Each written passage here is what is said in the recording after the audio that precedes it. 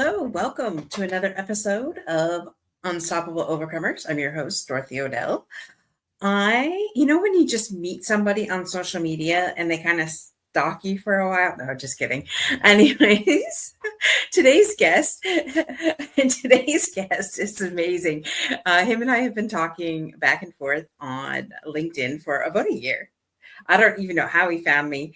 But I heard that he was a new author and that he had a book that was coming out. And so today I have the distinct pleasure of bringing Dr. Calvin Lawrence to the show. Welcome, Dr. Calvin. How are you?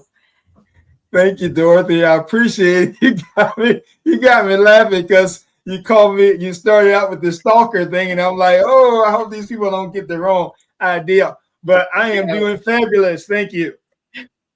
When I started laughing, people know I am a jokester. I don't know.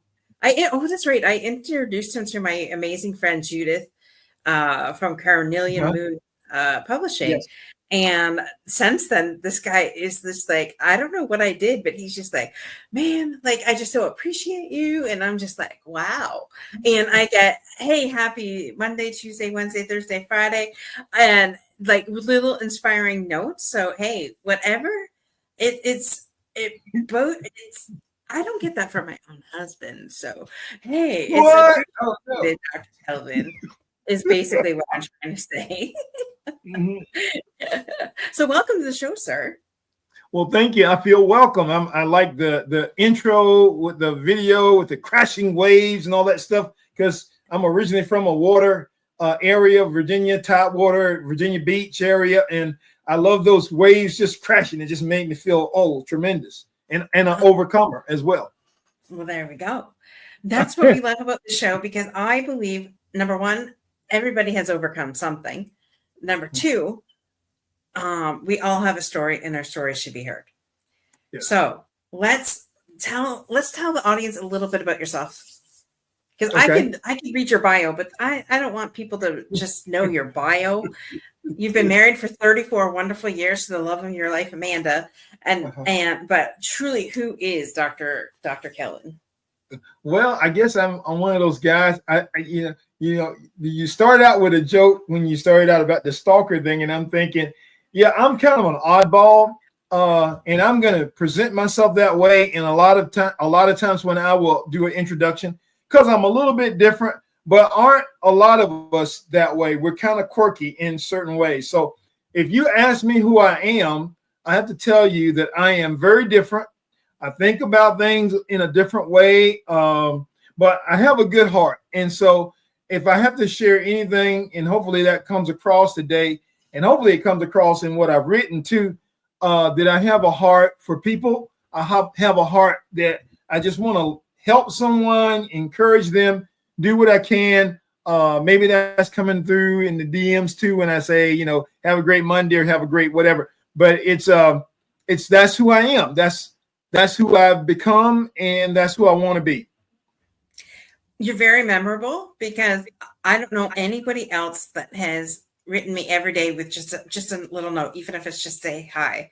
So, well, maybe not every day. I think he took some time off around Christmas, but I mean, it's been wild. Like, you are unforgettable, Calvin, because you do that.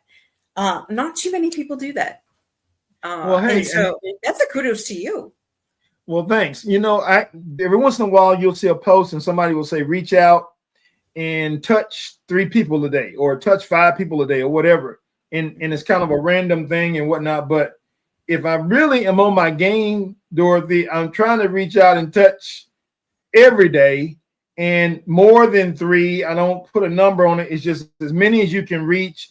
It's like I have this thing that I say, what is my capacity to love? And I don't know that I've reached it yet. When I find it, when somebody finds their capacity, I want them to let me know because I don't know that we ever reach it.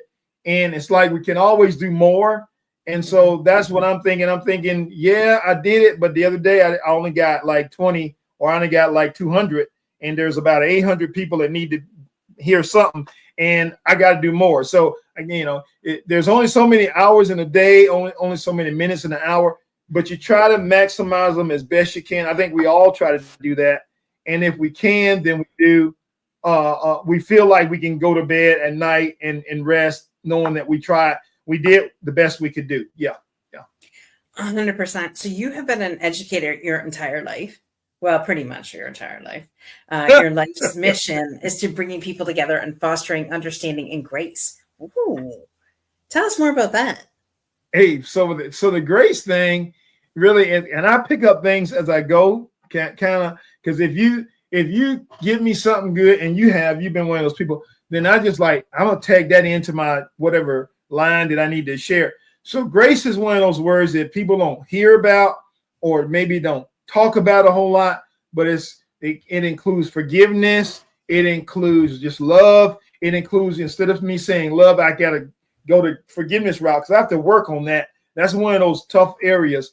If somebody rubs me wrong, really, if somebody rubs one of my friends wrong, like if somebody comes at Dorothy Odell, I'm not too happy with that. So I got to work on the grace with regards to that, but it's about grace. It's about loving your brother, not because they can give you something, but because you're supposed to love them. And so to me, it's like when we can get over the thing about is there something in it for me? I know I'll say this real quick and then I'll shut up for a bit. So LinkedIn kind of was started to help people get a job and get into the next thing. And so I think it was created that way, but it's evolved into something totally different. Because any of us who've been on LinkedIn longer than 10 years, and I think it was 2015 or somewhere in there that I started really getting serious on LinkedIn, you know that the whole concept has evolved. And now you got stuff like, we got a deal like this where me and you are talking and going back and forth. And it's not about what we can get out of it from the other person, or for me, it's about what I can give and share to whatever humanity. And so that's kind of where I'm at with almost everything is where can I go? How can I serve humanity better? And not that I'm that great of a guy, but I can do something. And my part is small, but I want to do as much as I can. Well, sir, you're definitely on the right track for doing that. And so an educator, so what did you teach? Okay, so I started out a long time ago, that 41 years goes back decades. I started out as a physical education teacher in grade school. And then there's an evolution that happened with me. I went into administration and some of the other things in K-12. And then I got when I received my doctorate, I was able to go and teach at the university level. So I taught leadership, which is where the leadership stuff comes from. Because now I'm really, really big on leadership, how important it is, how it affects everything. I mean, it does, Dorothy, no matter what. And that all of us are leaders at some time. So we all can, some people say, well, I'm just a follower. No, but there are times when you're going to need to lead. You need to know how to lead. And so leadership. And I did the community college thing at the end of my somewhat end of my career. And I worked with developmental students who are short of what they need to really be effective in college. And I have that helps me to remember one of the other pieces. I have a background in special education, and that has never left me. So I'll say it in this way: special education helps me deal with difficult people, helps me deal with oddball people like myself. So I am really, I think I'm an expert at the oddness of stuff because I am odd, because I've been trained in oddness, and because, and then if you get that person turned around, especially if they're in the wrong direction, that's a huge win. So yeah, so that's me kind of in a nutshell. I love that, Kelvin. Like, wow. So what would you say your overcoming story is? Oh man. So a big overcoming story for me would be this last little bit in terms of overcoming the idea that and I should not be this way, because I always tell people it's never too late to do anything, right? Or this is what I say. as a teacher, as a coach, as an administrator, never too late. Never too late. Go back to school. Never too late. But I had to make a huge transition from a worker bee or worker to an entrepreneur, because now I do the Calvin Lawrence Speaks thing. And that was a mindset shift that I'll tell you, I didn't know if I could make it at 60. I'm 65 now. So about 5 years ago, turned 60, lots of stuff happens when you turn 60. You start thinking about life different way. And then going into the entrepreneurial, I'm going to own a business. I'm going to be the CEO of a business. Oh, wow. But you still, if you don't watch it, you go back into that. But who's going to do this for me? And who's going to tell me how to do this? Well, guess what? You're telling everybody, or you're telling yourself what to do this and how to do this. I had to make that shift. And it took me a couple of years, at least 2. My wife might say 3 or 4. But it took me a couple of years to make the shift from a worker to an entrepreneur, to a leader in that respect that I had not ever been in the prior 41 years. Right. Yeah, that takes a lot because you're used to. It's kind of like the military. The military, you join the military because you want the structure, right? Yeah. And so they're in there day after day. Then they leave and they have no idea what to do. So similar to you go to your job every day until you decide to retire or become self-employed or own up your own business, and then you're like, oh, where's the structure? Now, oh, you mean I have to sit in front of my desk, and oh, you mean I have to pick up the phone and make calls on my behalf? And it's like a whole other world. It's another world. It's a whole other world, and you're like, man, what the heck was that? Sorry, I got a hair that wants to come into my mouth.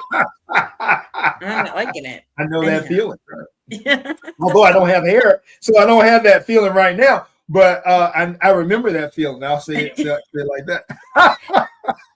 Well, I have long hair and it sheds like crazy. And my husband's not too keen on the shedding everywhere. But neither am I when it tries to do that. But anyhow. But yeah, so I get you. That is a mindset shift. It's a mindset shift. It is. Yeah. The huge shift. For some more so than for others. I admire those folks that have owned and done their own thing, or started really early, knowing that they couldn't work for somebody else, but they could do it their own way and figure it out their own way. And I had a buddy who did that, and I think he worked to the point where he knew he couldn't follow the structure and the orders like you were saying. And he just did his own thing and became, multi-millionaire kind of situation, sold his business. But he understood that he had to go that route. And I admired him for that. For me, it has been a late Johnny come lately, but I say in my writings, I'm a late bloomer anyway. So I should know that too. I always come to things late. I got married late. We had a child late. I got my degree in a doctoral degree late, I think. And then here I am as an entrepreneur late. So I should know by now that things just come to me at a later time. And I think if we don't put pressure on ourselves, I think it's a lot better. I think you're right. I think you're right. As the queen of expectations on myself and queen of pressure on myself, I get that. And then, we get upset because it's not happening quick enough. Right. And we just need patience and grace for ourselves. There's that word grace, There's that word grace again, right? You need the grace to give yourself grace, because sometimes we give everybody else. I'm guilty of that, but giving myself grace is a big deal, because I don't have to get there as fast as everybody else, because I should know I don't usually do. It takes me longer, Dorothy, to think about things. I'm the guy that has to come back to the table. I'm not the guy that will make a snap decision about a whole lot of stuff. There might be maybe 1 or 2 things like lifting a weight or something. I know what I need to do with that. But when it comes to most decisions, for me, I have to mull it over, and it takes me a little while. And I always used to say, once I get it, I get it. It may take me a little bit longer, but if I get it, I've got it down. And maybe it's another reason that I'm a huge note taker, because I take notes, then I have to go back, reflect, go back over what was said, what was done, or what was shared. And then it's like, oh yeah, now it makes sense, because I got to go back, rewrite, do a rewrite, go back, rethink what was he or she trying to say in that moment, and all the context that goes along with it. And then I figure it out. Yes, now I understand what he was saying or what she was saying. Right. Yeah. 100%. 100%. So, my friend, you have a book out. It's called The Happy Leader. Yes, tell us, first of all, what the book is about, okay. and why you decided to write the book. Okay. So the book is about leadership, but it's also about motivation, and that maybe this is why I'm on the show, overcoming obstacles. So you can overcome, and don't ever be discouraged, because I've overcome a lot of obstacles in that 41 plus another 24 years, 65 years in total. I've had to overcome a lot. And even overcoming my own, like I just got through saying, having overcome my own mindset problems, I've had to overcome some things. So it's about that. It's about leadership. It's about grace, loving people, caring about people, doing some things for people, going out of your way to help people. It's about mentorship. And then the other half of that question was, why did you write the book? That's a harder question, but it was written because there were stories that needed to be shared. There are people who impacted my life, who impacted me in such a magnificent way that their stories need to be, like I think you started out with, everybody has a story. There are stories that need to be shared. I think everybody has their story that they need to share, whether they write a book out or whether they share it verbally or whether they live it out, but it needs to be shared. So I knew that if I didn't tell this story or tell these stories, they weren't going to be shared. And a lot of the people who I'm talking about in the book are gone. They have since passed away. And so I needed to share their stories because they are great stories, which makes for a great book. And it really isn't so much me, it's the people that I have been in contact with, like you're one of them, that have impacted me in such a great way that the stories contained in that book make the book a great book. I love that you said that. And I'm not tooting my own horn, but I've had not a lot. I'm not going to say a whole lot of people, but I've had a fair amount of people say to me, either because of you, I didn't give up today, or because of you, your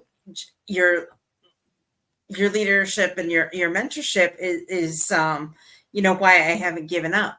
And for me, that is like a mic drop moment for me, because for me, this is just who I am, and I don't know how to be any other different. And so when somebody says that, it kind of at first takes me back, because I'm like, well, what did I do? I have no idea. For instance, shout out to Mary Van Horn, who lives in Chatham, Ontario. We went to the same church once upon a time when I lived back in Chatham. And I don't know what I've ever done to this woman, but she is my pit bull. She is my motivational cheerleader. She is like everything to me, especially on Facebook.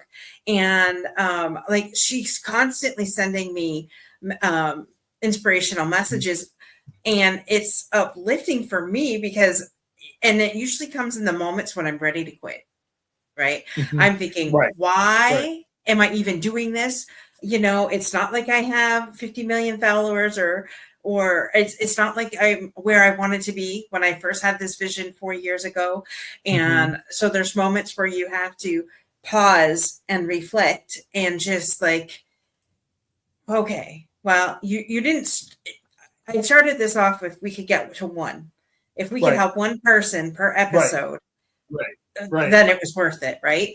And so sometimes you forget that. You forget why you originally started something.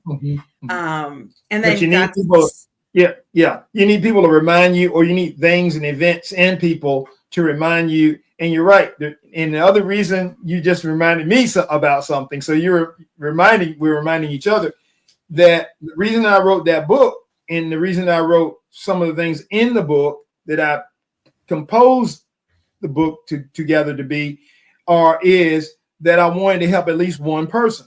And then you think, but if you do one, you know how the spill goes. In a career that spanned 41 years, if I thought that way, I could look back and say, yeah, and that's not to toot my own horn. I know that it's impacted more than one. And I hope that, something that I said to somebody else kind of got forwarded, or they say pay it forward. It got paid forward, that they helped impact. So in a way that kind of keeps going on and on and on, because I've got people who now are teachers or leaders or administrators who are in my classes or in my schools, and they're doing things, some of it based on what they learned from me. And then I can't take credit, because I know a lot of the things I learned were from other people, great people that I hung around that helped me to do those things. So just one, but it's like a seed that just continues to go. Yeah. Amen to that. And we hope it's like a seed. It's what do those call them over here? We call them like the dandelions. Once the dandelion gets to the dandelions, and you blow it off. Well, yes. Like they just fly out. Yeah, right. And I go ahead. No, I was just gonna say, and that's the kind of effect we want. I actually have a saying on the wall from Mother Teresa: "I alone cannot change the world, but I can cast a stone across the waters to create many ripples." Many ripples. And so whether it be ripples or whether it be dandelion, white fuzz, whatever you want to call it, we're out here to impact the world. We all have something to share. We all have some value and worth, and everybody has something that they can put in to make things a little bit better for everybody else. So Right. Amen to that. So where can they find your book? So they can find my book on Amazon. That's probably the easiest one. Amazon in the US and Canada, pretty much the same. And then Amazon, the UK, there's a link. And I didn't share those links with you, but maybe they can get those links. And then also Barnes & Noble, I guess it's Ingram Sparks, but Barnes & Noble is the store. So you can get it there as well. Right. Perfect. We will have all that information in the show notes for everybody. Okay. So I'm Calvin Lawrence Speaks. So tell me about that. So are you going around the world speaking? Wow, that is the dream. And Dorothy, if I can, I want to be in you're in Windsor, Ontario. I think I want to be in Windsor. I want to be in New York. I want to be in California, Florida. Then I want to go to the UK. Then I want to go around to Australia. Yes, that's the dream, long-term goal, to be able to do that. I don't know if the one book will be able to do that, but I hope that there's maybe something else coming down the pipeline. And if it gets me started and where I can get around and the word gets out, you never know. We'll see. But that is the dream. That is a beautiful dream, my friend. As Martin Luther King said, I had a dream. So I have a dream, and that is the dream for me. That is it. That is good. So you're speaking about leadership then? Speaking about leadership, some of it is self-motivation. I love to talk about when it comes to that, even that leadership theme. This kind of branches off from it, but having a mentorship. So leadership, to me, part of leadership is mentoring other people, trying to get them ready and prepared for their leadership journey. And so if you can mentor someone, which I love to do, which I feel called to do because I had so many in my life, then I would talk about that all day long. And then just how do you do the leadership thing well? How do you do it in an organization? How do you do it on a team? How do you build trust? Those are some things that I like to talk about when I go to talk to groups, individuals as well.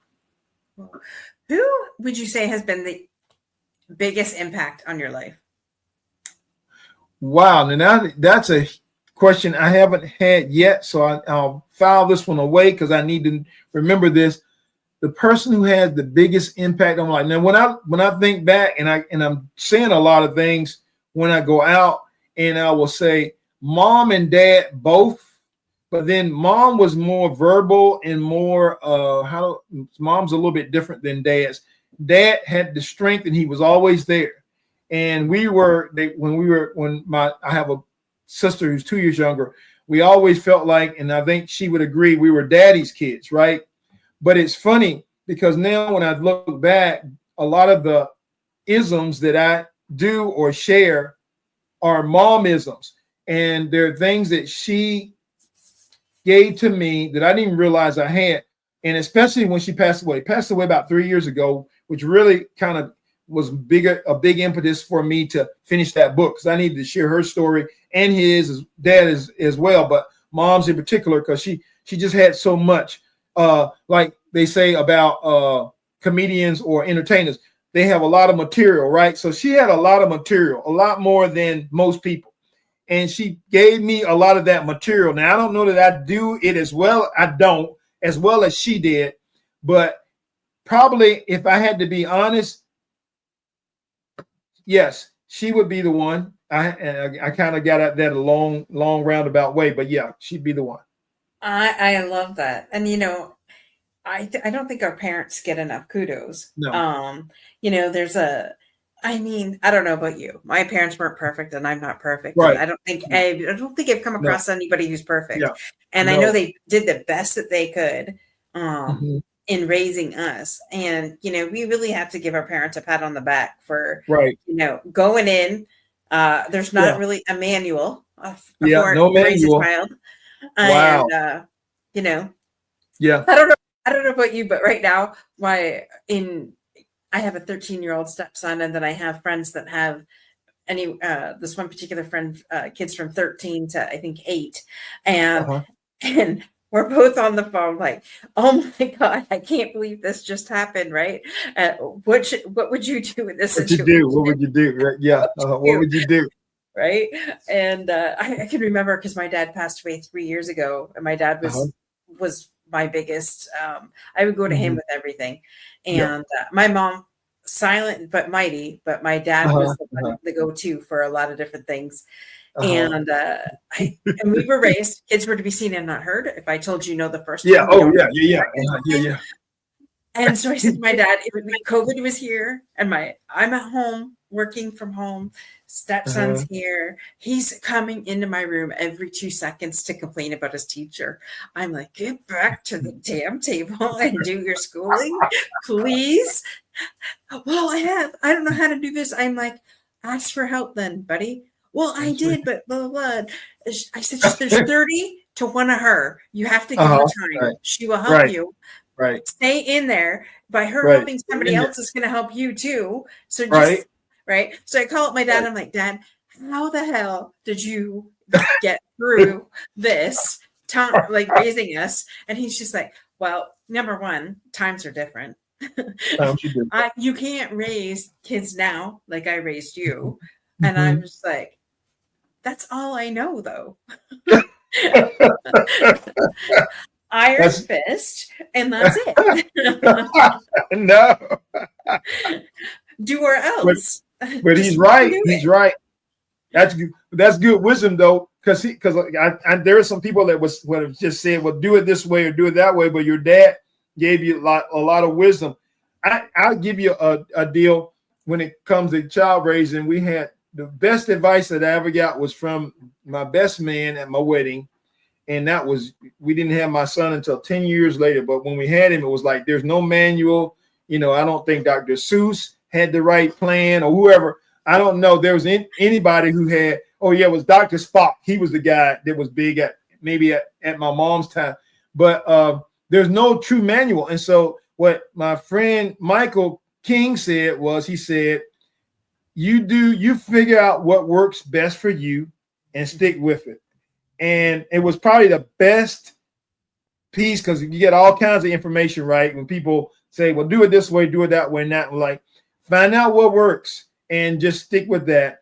And you're going to make mistakes, but, hang in there. And just like you said, you'll overcome those obstacles. They'll complain and moan. they'll go through the terrible twos and the whatever threes, and then they'll get into teenage years, and then there'll be another. But everything will pass. It'll continue, and you'll just, if you just keep on keeping on, but find out what works. And I think that's kind of what we did. We found out what worked best for us, and it worked.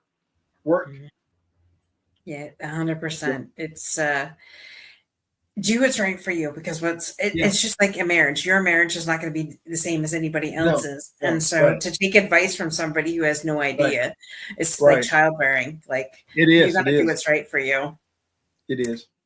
And it's funny. My aunt used to always say, what I would put up with, you would not, and vice versa. So, you know, I get that. Leadership skills 101. Leadership skills 101. That's it. Yeah, that's right. So what do you hope to get that people would get out of the book? Well, I hope they'll get a sense of their own personal value and worth. I hope that they will, and I'm not just saying it because this is the theme of your show, but that they'll understand that they can overcome anything. There's nothing they can't overcome. They can be persistent. And then I hope that they will get this, if they don't get anything else, is that it's about relationships. So you got to have people in your life. You can't do this thing by yourself. Life is not a journey that you should travel by yourself. Even if you're a single person, you need mentors. You need people that you can call on. Like you're saying, you need somebody who will lean in and ask you for, and vice versa. You got to have some of these folks, and they got to be more than acquaintances. That means you got a relationship. That means you got to build trust and do all the other things, but you've got to have those people. And then if you do have that, you can make it do anything. And so that's what I hope they get it from that book. There's other little things too, but if they don't get anything else, I hope that comes out loud and clear. I love that. That is a clear message. And I'm sure that they will get that out of the book. I love the fact that you did stories on people in your life that have impacted you. You know, that's a great way to give back to them. Right. And so what better way to give back than, you know, writing a story about somebody who has impacted your life. Right. Well, it's like what I was saying, and I can look up at my closet door, and there's a picture of a guy and he would be, if there was one person besides mom, and if you had said can't be a family member, I would have said Darnell Johnson. And he was a guy who did a lot of things, wasn't a perfect guy, but did a lot of things right, and was a mentor before I knew what that word meant, you know, and when I was in high school. And then I kind of modeled him after the fact, but it wasn't like it was an intentional thing. It was like he received his doctorate later in life. I received my doctorate later in life. We both pledged the same fraternities, but I didn't realize that until I looked into his history. And this is after he had passed away. And then he got to meet my son. And it was one of the greatest days in my life because he was influential in me and my athleticism and my athletic career and going on to college and playing a sport. And my son also played a sport. But for my son to meet what I would consider to be a role model for me, a true role model, it was a powerful time. I have a picture somewhere, and I wish I could have found that picture and placed it in the book with him and me and my son in between us standing in a library. We just took a shot, but I couldn't find it because it was one of those Kodak moments from way ago. And it was probably before, it was before I could, save it on the phone kind of deal. Yeah. So it's like telling those stories, I think that's the only way, or one of the best ways, I'll say it that way, to pay a tribute to someone like that. It's funny because I recently heard a quote, and this quote came to me like more than one time in a matter of weeks. And it was, we die twice.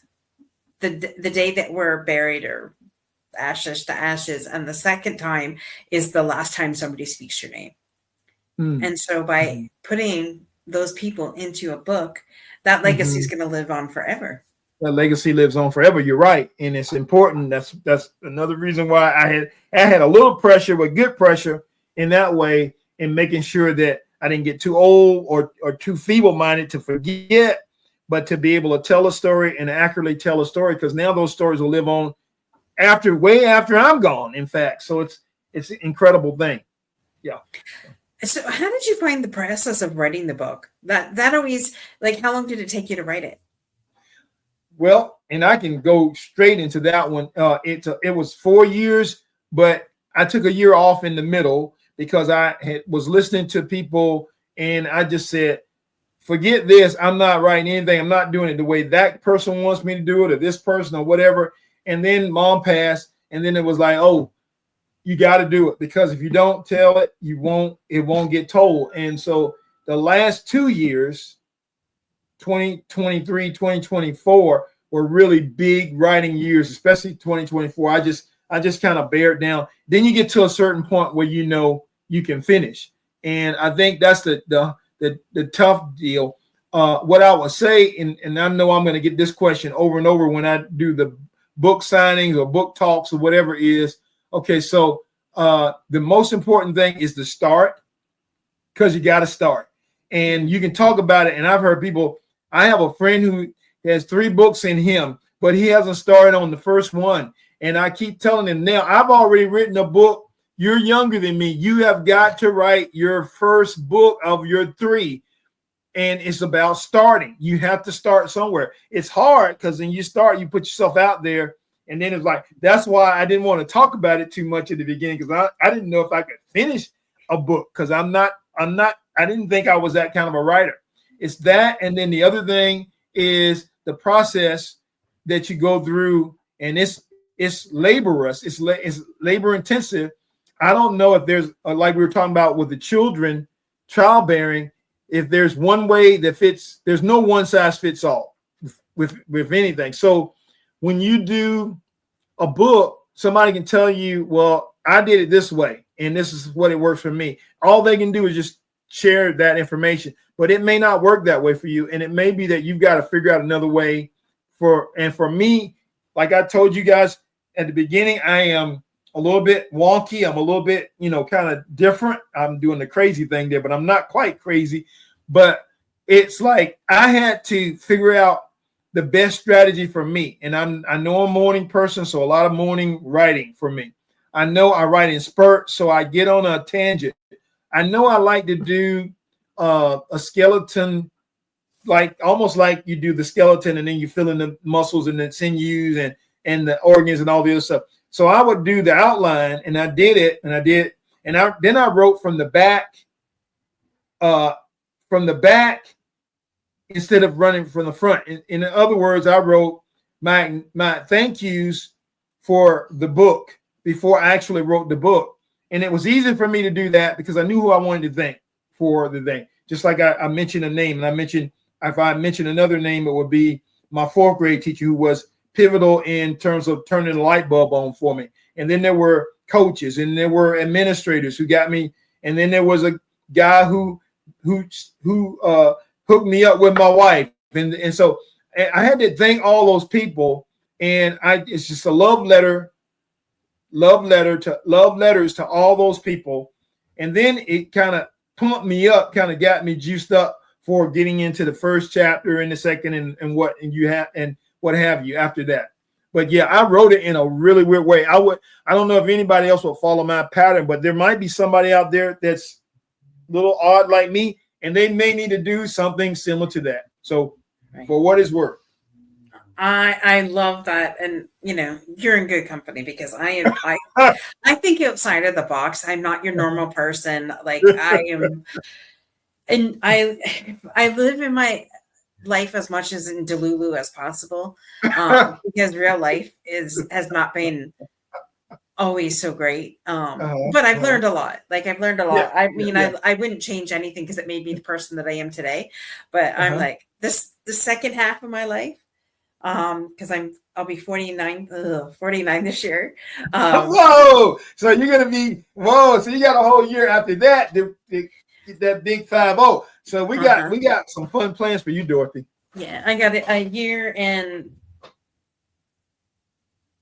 3 months to really get to the next level that I want.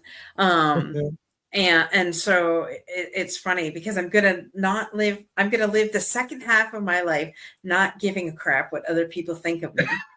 Because I spent way too much time at the front half of my life giving a crap what people thought of me. And so I've made a conscious decision that if you don't like it, then turn the channel. Turn the channel. Delete me if you have to. And really, people who know me know that my heart's pure and I'm out here to help everybody. Right. And so that's why we started this show, because we wanted people to know, hey, wait a minute, you're not alone. And when you're in the middle of the suck, keep going. Don't stop in the middle of the suck. Keep going. Keep going. And I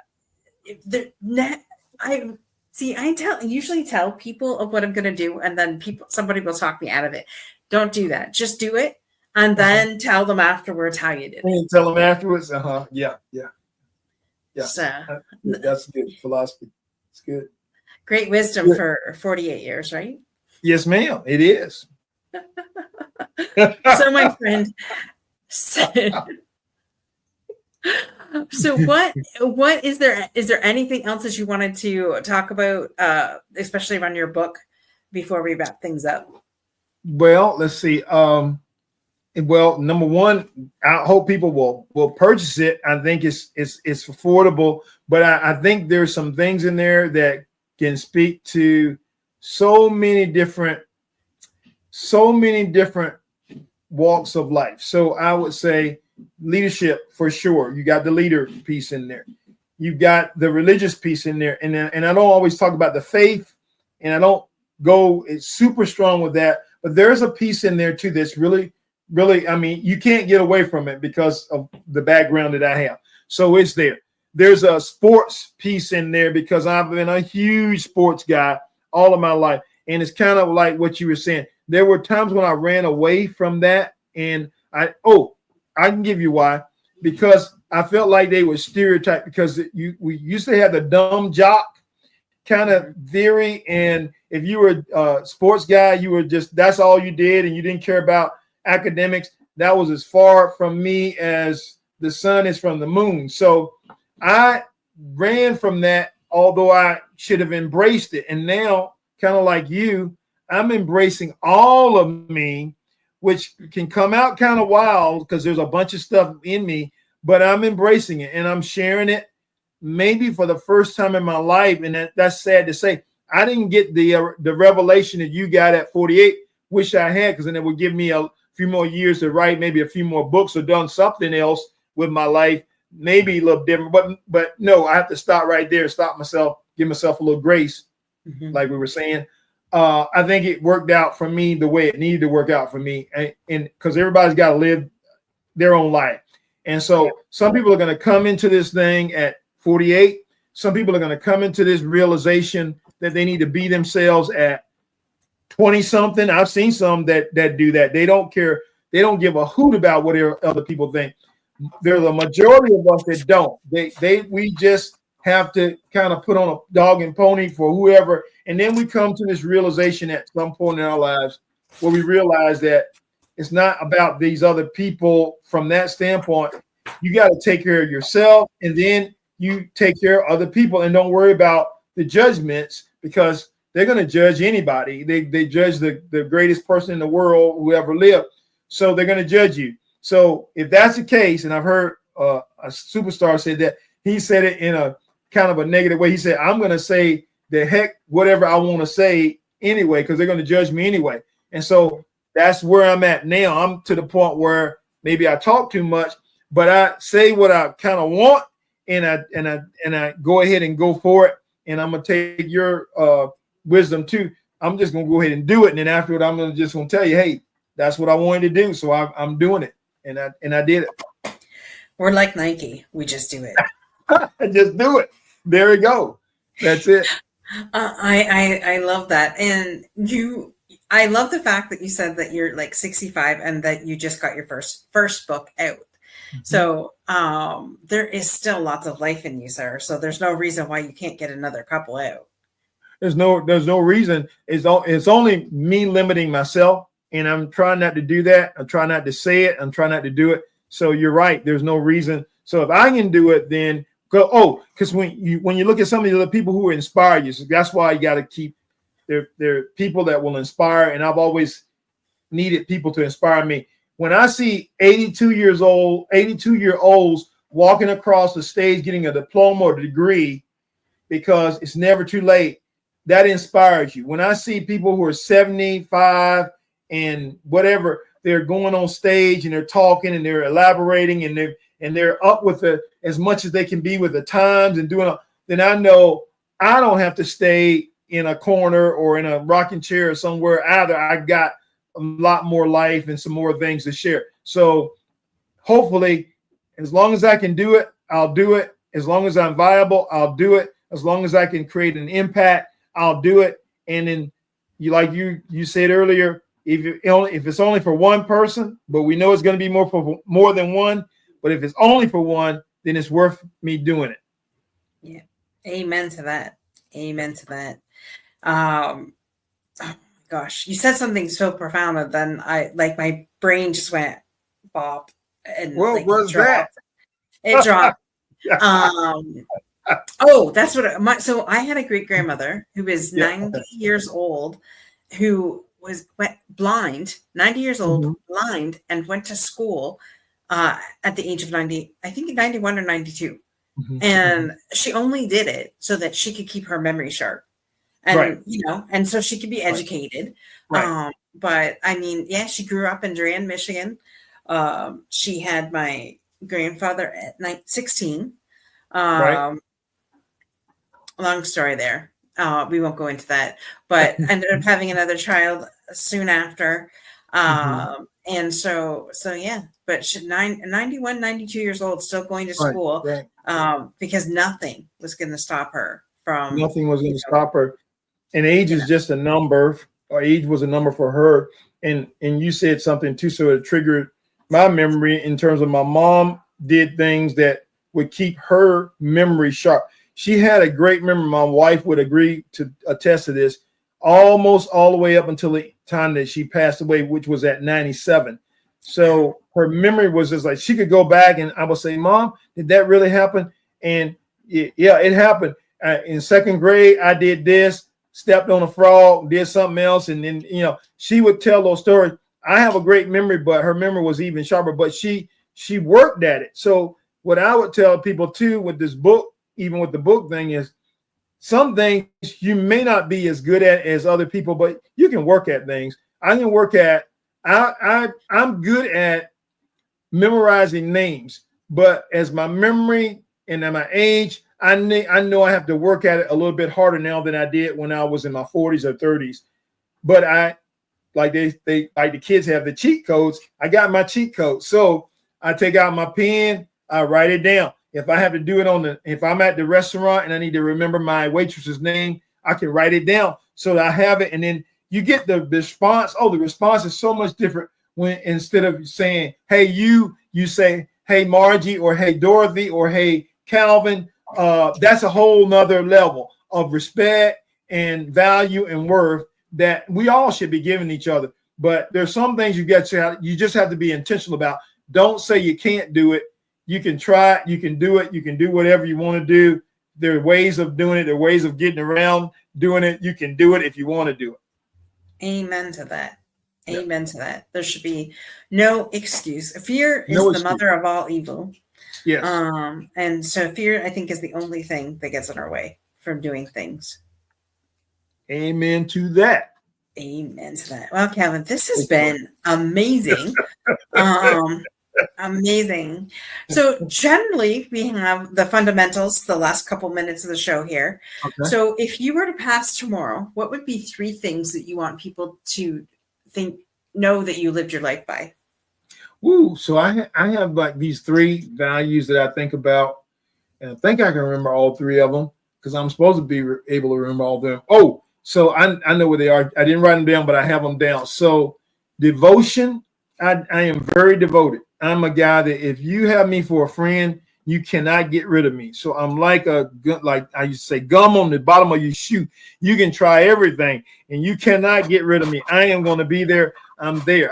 I stick to you just like that. Then there is hope. And I want to make sure that people are hopeful because we're living in, I think we probably always said this, but maybe it's even more so today than ever.